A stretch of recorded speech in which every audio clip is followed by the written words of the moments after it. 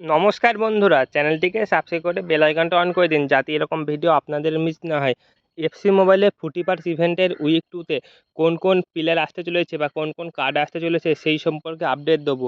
তার আগে FC mobile যে একটি পোস্ট ছেড়েছিল তার মধ্যে 3টে প্লেয়ার বলেছিল, আপনারা গেস করুন ওই 3টে প্লেয়ার কে কে হতে পারে।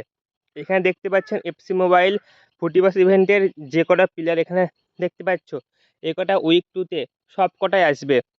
যেমন দেখো এখানে কে কে আছে, গুলির আছে, গুলির তো আসবেই, কিং আছে, নিস্তা আছে, ভালো ভালো অনেক কার্ড রয়েছে।